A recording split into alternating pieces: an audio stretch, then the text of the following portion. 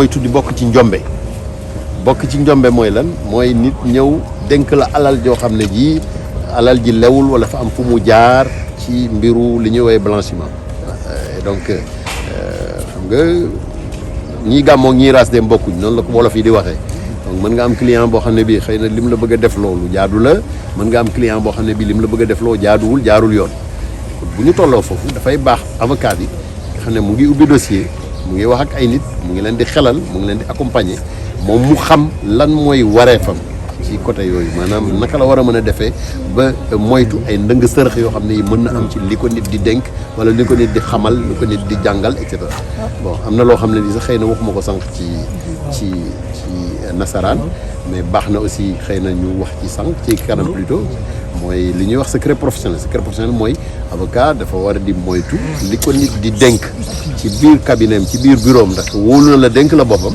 dafa war a moytu nga génn di ko wax donc loolu itam bokk na ci li ñu war a waxtaanee xool naka la ñu mën a méngale da nga maam devoir yooyu nga am ci mbiru denc n'est-ce pas li la client bi di dénk maanaam am bàmmeelu biir naka lañ ko mën a méngale ak fi nga xam ne fii da nga war a moytu client bi dugal la ci loo xam ne li jaaduwul yooyu yëpp bokk na ci li ñu war a waxtaanee. ay wareef yu bees la yoo xam ne yii écoute avocat yi war nañ ci mën a bàyyi xel loolu moo waral ñu daje pour waxtaan ci. ñu ne infraction économique financière blanchiment d'argent corruption yooyu yëpp lan la mën a indi ci économie ak développement local. ah loolu moom su ma yeboo nii xëy na soo seetloo bu baax boo dégloo président CIB bi muy wax sànq. expliqué na maanaam wax nañu naka la ñu tolloo koo xam ne fii loolu yëpp nga xam ne ay njombe la mooy corruption blanchiment de capitaux financement du terrorisme yooyu maanaam li mu mën a yàq ci suñu koom-koom loolu wax na ko ba mu leer ça veut dire que dinañ ko wax sax di ko baamtuwaat effectivement yooyu ay mbir la yoo xam ne yii wax dëgg yàlla réew yu mel ni suñu yos yi nga xam ne xëy na boog mu ñu torop doole yu demee noonu nga xam ne dafay nekk luy jàdd yoon dafay yàq lépp loo xam ne li moom la nit ñi di xëy di ko liggéey ci mbiru koom-koom donc bokk na tam ci li nga xam ne moom la ñuy wax. waaw ñëwaat rek ci tey jii nga ne da ngeen di tabax ab stratégie commune ngir rek yéen ñi nga xamante ne yéen ay tradition commune yi yéen a koy bokk. waaw c'est-à-dire que ci njalbeen ga dama ni en fait ñun dañu bokk ci benn organisation boo xam ne bii boo boog léegi am na ñeent fukki at yoo xam ne dañu boole. baro yi nga xam ne kuréelu avocat yi nga xam ne yëpp ñoo bokk li ñuy wax tradition civiliste mooy ñi nga xam ne ñi le plus souvent seen droit da nga maam yoonu droit bi maanaam yoon seen loi yeeg yooyu li ko ëmb li ko suuxat mooy en général la langue française ak tradition wu romane alors ñooñu ñu ngi bokk ci kuréel boobu depuis lu mat ñeent fukki at yoo xam ne yii dañuy daje at mu ne sax ñu daje di xelalante ci naka lañ mën a defee ba ñun ñëpp ku ci ne baro yi nga am ay xalaat yoo xam ne moom ngay indil da nga maam ñi nga xam ne ñooy jiite réew yi pour que ñu mën a gën a améliorer lépp lu jëm ci aar doomu aadama ci àqam ak yelleefam loolu mooy taxawaay.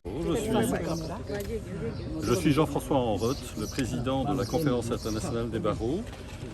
J'ai la chance en effet de présider cette organisation qui a deux grandes caractéristiques. La première, c'est de réunir des avocats qui parlent français. Et la deuxième, c'est des avocats qui pratiquent le droit romano-civiliste. Vous allez commencer par nous expliquer ce qui a motivé le choix de ce thème de ce colloque. La corruption, les infractions économiques et financières ont des conséquences terribles pour l'ensemble des populations au travers du monde. C'est plusieurs trillions de dollars qui sont en jeu et qui sont perdus pour les gouvernements. Ça veut dire qu'elles sont perdues, toutes ces sommes, pour les populations. Les injustices sociales vont rester, l'éducation ne va pas progresser, l'économie ne va pas progresser. Il est donc important qu'on puisse participer en tant qu'avocat dans cette lutte. Mais attention, pas à n'importe quel prix. Les avocats sont les garants du secret professionnel. Et donc il faut trouver un aménagement entre la transparence nécessaire pour lutter contre ces infractions qui sont terribles, mais aussi ne pas sacrifier le secret professionnel, car car c'est grâce au secret professionnel que je pourrais peut-être un jour vous défendre, même si je ne le souhaite pas. Donc, quelle doit être la position de l'avocat dorénavant dans l'évolution de son professionnel? C'est de ne pas être dogmatique. Et donc, le secret professionnel est important, mais on doit participer pour partie aussi à la transparence. Nous sommes là, entre autres, pour dialoguer avec les autorités et trouver un compromis qui soit acceptable. En Europe, par exemple, toute cette lutte passe par un biais qui est celui du bâtonnier. C'est le bâtonnier à qui je vais peut-être dénoncer des agissements et il va faire le filtre des informations qu'il faut donner aux autorités sur la transparence et ce qui doit rester du secret professionnel. Et donc c'est entre autres à ces compromis-là qu'on doit arriver et c'est ce dont nous discuterons durant ce colloque, ici au Sénégal, mais aussi partout dans le monde, puisque le colloque est diffusé partout dans le monde grâce à la vidéoconférence. Quel genre de stratégie? À quel genre de stratégie ça parle ici? On a des experts français, on a des experts nigériens, on a des experts sénégalais, même moi qui suis belge, mais moi je parlerai plus de la protection des données à caractère personnel. On va échanger et voir ce qui peut être fait. Je ne vais pas préjuger de ce qui sera dit alors que le colloque doit encore se tenir. Mais une stratégie qui sera carrément comme une stratégie. Vous nous en parlez?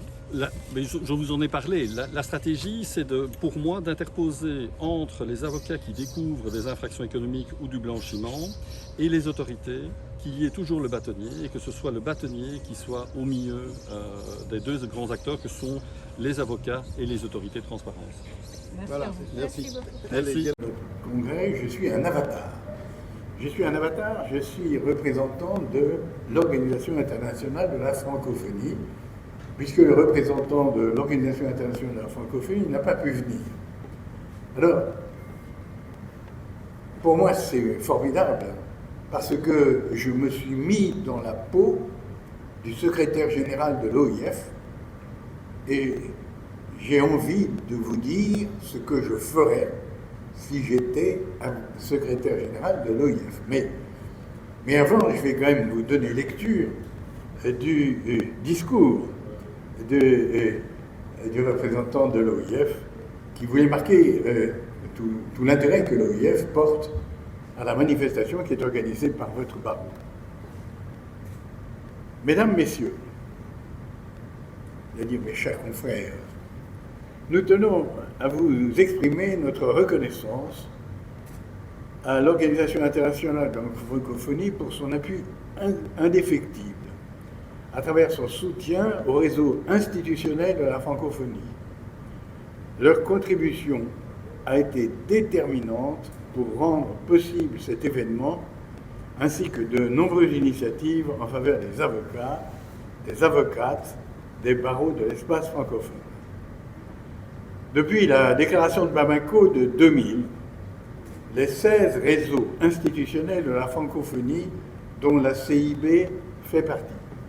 J'ouvre une parenthèse.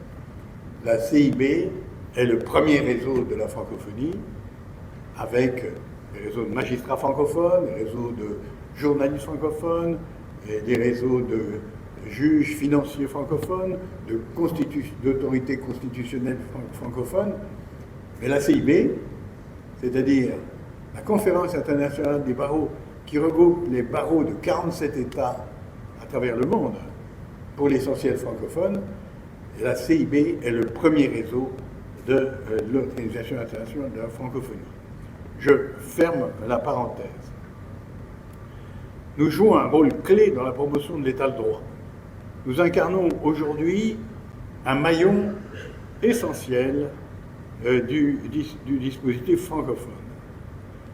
Nous sommes effectivement, la CIB est aux côtés de l'OIF pour renforcer la justice et la bonne gouvernance.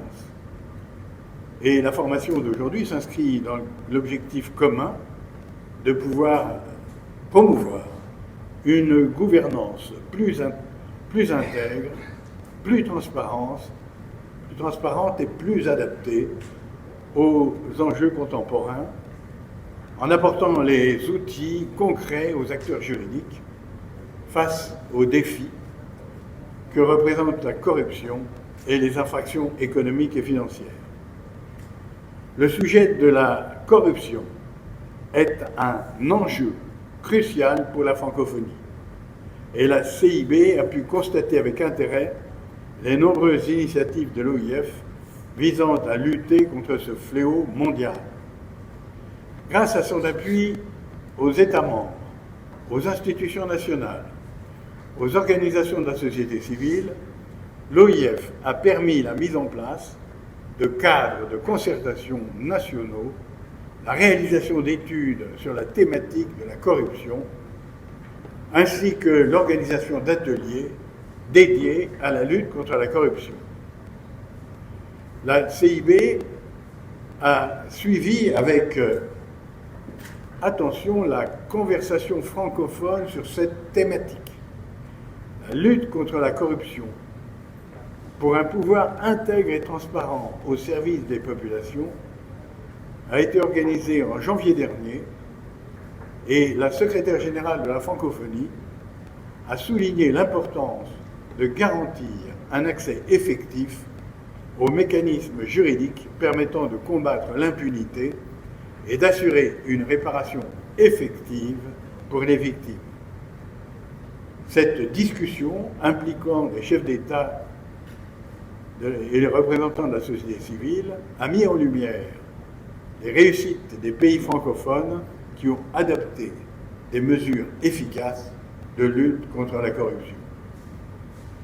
Aujourd'hui, au nom de l'OIF, donc, je vous annonce le plaisir que j'ai de vous dire que nous avons un projet ambitieux. Un projet ambitieux avec la CIB, la mise en œuvre d'un diplôme universitaire prévention et lutte contre la corruption et les infractions économiques et financières.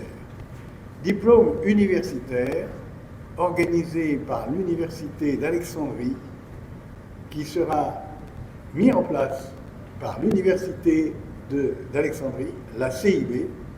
Ce diplôme universitaire sera sanctionné par un examen et permettra aux avocats qui auront pris part à cette scolarité de faire valoir leur spécialisation dans la lutte contre la corruption et les infractions financières. Ce programme qui est mis en place et qui devra débuter en 2025 va permettre aux avocats de faire face aux défis du monde moderne. En conclusion, l'OIF est un partenaire des avocats dans le monde francophone. Voilà le discours que je tiens pour le compte du représentant de l'Organisation de la francophonie. Mais je voudrais ajouter autre chose. Je voudrais ajouter autre chose parce que les liens avec l'Organisation de la francophonie méritent d'être développés. Pourquoi? Parce que la CIB, c'est la conférence internationale des barreaux de tradition juridique commune. C'est-à-dire que nous partageons une culture, indépendamment du langage, qui est le français, nous partageons une culture institutionnelle. Les principes de droit qui sont les nôtres sont des principes communs. Et nous sommes par conséquent attachés à la langue, attachés aux valeurs qu'elle porte, attachés aux institutions qui sont les nôtres. Et l'avocat a un rôle essentiel dans cette culture. L'avocat, il a la parole. La parole, c'est la langue, c'est la francophonie. Derrière la parole, il y a les valeurs. Les valeurs, et notamment les valeurs de justice, qui sont celles issues du monde des Lumières. Et enfin, derrière ces deux concepts, demeure un troisième concept, qui sont nos institutions. Les institutions qui s'intègrent dans la cohérence de l'état de droit au sens de nos traditions. Et aujourd'hui, nous nous trouvons devant une situation qui est à l'origine de notre réflexion de ce jour. Nous avons des chocs de culture par l'internationalisation du monde moderne. Et Plus particulièrement, je reviens ici sur la problématique de la lutte contre le blanchiment d'argent. En 2020, février 2020, le GIABA a organisé à Dakar un colloque sur la lutte contre le blanchiment d'argent et les professions judiciaires. Ce colloque, qui a été organisé en 2020, rassemblait l'ensemble des avocats de la CEDEAO. Et dans la CEDEAO, nous avons deux cultures.